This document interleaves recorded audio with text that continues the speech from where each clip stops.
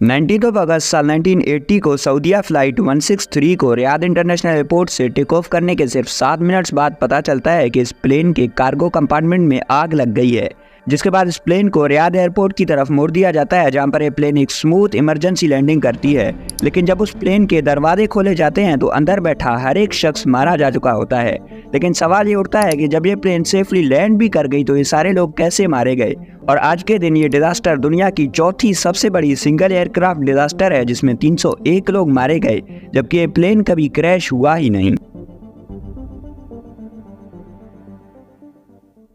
तो बात है 19 अगस्त साल 1980 शाम के 6:32 की, जब सऊदीया फ्लाइट 163 कायदे-आज़म इंटरनेशनल एयरपोर्ट कराची से टेक ऑफ करती है।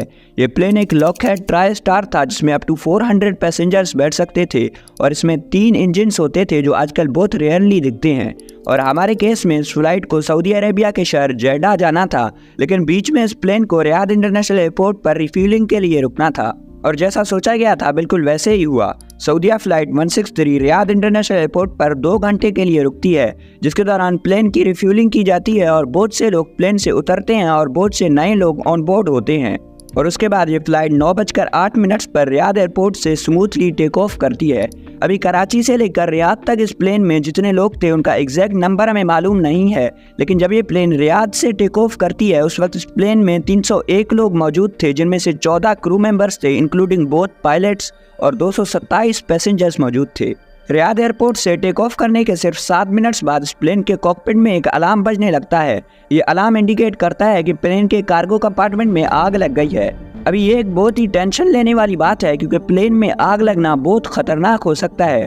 और इसी वजह से अलार्म बजने के सिर्फ 5 मिनट्स बाद प्लेन के को पायलट सामी हसनैन रियाद एयरपोर्ट के एयर ट्रैफिक कंट्रोलर को रेडियो के थ्रू बताते हैं कि वो वापस लौट रहे हैं। जबकि इसी दौरान flight engineer Thomas Curtis cabin में जाकर पर्सनली देखते हैं कि कहीं कैबिन में स्मोक तो नहीं है। जब उन्हें प्लेन के पिछले हिस्से में धुआं महसूस होता है तो ये कंफर्म हो जाता है कि सच में आग लगी है।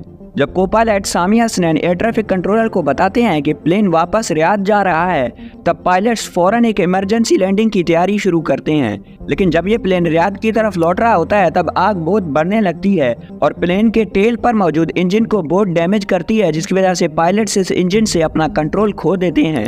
मतलब अब वो इस इंजन के थ्रस्ट को कम या ज़्यादा नहीं कर सकते थे, क्योंकि इंजन का थ्रस्ट लीवर जैम हो गया था, तो उसको आगे पीछे करना पॉसिबल नहीं रहता। और जब ये प्लेन रियाद इंटरनेशनल एयरपोर्ट पर पहुंचता है तो ये डैमेज्ड इंजन इस प्लेन को अनस्टेबल कर रहा था, तो पायलट्स ने इस इंजन को बंद कर दिया। अभी आप अगर सोचो कि इस इंजन के कंट्रोल तो ख़राब हो गए थे, तो ये बात सही है, लेकिन इस इंजन का सिर्फ थ्रस्ट लीवर ख़राब हुआ था और इस इंजन को खुद को भी डैमेज हुआ था, लेकिन इंजन को ऑन ऑफ करने का बटन एक अलग होता है। और 9:35 पर प्लेन के कैप्टन प्लेन में इमरजेंसी डिक्लेयर करते हैं और 9:36 पर ये प्लेन फाइनली रनवे को टच करता है, जिसके पूरे 2 मिनट 40 सेकंड्स बाद ये प्लेन पूरी तरह से जाकर रुकता है। अभी इसको एक बहुत ही गलत और ख़राब मूव माना जाता है कैप्टन मोहम्मद ख्वेतर की तरफ से, क्योंकि अगर आपने कभी नोटिस किया हो तो जब कोई प्लेन लैंड करता है तो वो अपने इंजन्स को यूज़ करके गाड़ियों की तरह चल कर जहाँ पर उसको खड़ा होना होता है वहाँ पर जाकर खड़ा होता है। इसको टैक्सीइंग कहते हैं और यहाँ पर भी कैप्टन ख्वेतर ऐसे ही प्लेन को टैक्सी करके फ्लाइट लाइन में खड़ा करते हैं। लेकिन ये केस कुछ डिफरेंट था, क्योंकि यहाँ पर इमरजेंसी थी, तो अगर कैप्टन चाहते तो इस प्लेन को 40 से 50 सेकंड्स में रोका जा सकता था। और जो इमरजेंसी टीम्स रेस्क्यू के लिए मौजूद थे वो भी रनवे पर ही खड़े थे कि ये प्लेन यहाँ पर आकर रुकेगा और हम जल्दी में सारे लोगों को इवैक्यूएट कर लेंगे। लेकिन ये प्लेन उनसे लगभग 4 किलोमीटर दूर जाकर रुका, जहाँ पर ये रेस्क्यू टीम्स प्लेन को फॉलो कर रहे थे। और जब ये प्लेन फाइनली जाकर रुकता है तो प्लेन में मौजूद क्रू रिपोर्ट करते हैं कि वो इंजन्स को शट डाउन कर रहे हैं और प्लेन के दरवाजे खोलकर इमीडिएटली इवैक्यूएट करेंगे। लेकिन जब रेस्क्यू टीम्स प्लेन तक पहुंचे तो उन्होंने देखा कि प्लेन के इंजन्स अभी तक चल रहे हैं, जिसकी वजह से वो प्लेन के डोर्स नहीं खोल पाते। और प्लेन के रुकने के पूरे 3 मिनट 15 सेकंड्स बाद प्लेन के इंजन्स बंद किए जाते हैं।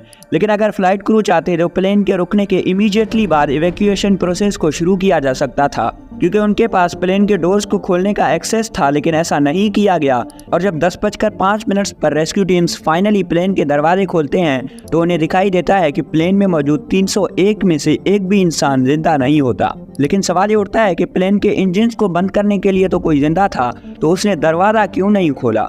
अभी ये इस डिजास्टर की सबसे बड़ी मिस्ट्री है, लेकिन सबसे लाइकली पॉसिबिलिटी ये है कि जिसने इंजन्स बंद किए वो वहीं बेहोश हो गया। लेकिन जब इन्वेस्टिगेशन की गई तो पता चला कि प्लेन में मौजूद एक भी इंसान की मौत आग लगने की वजह से नहीं हुई, बल्कि वो सारे के सारे टॉक्सिक स्मोक को इनहेल करने की वजह से मारे गए। लेकिन ये कैसे हो गया? क्योंकि प्लेन में नॉर्मली 2 प्रेशराइजेशन हैचेस लगे होते हैं। इनका काम होता है कि प्लेन जैसे ही लैंड करता है तो ये धीरे धीरे खुलते हैं ताकि प्लेन के अंदर और बाहर का प्रेशर सेम रहे।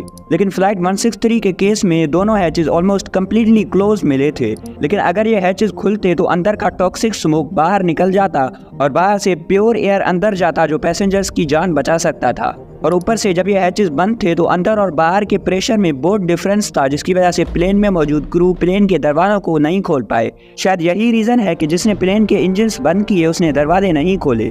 और आज के दिन तक हमें ये नहीं पता चल सका कि प्लेन में आखिर आग लगी कैसे।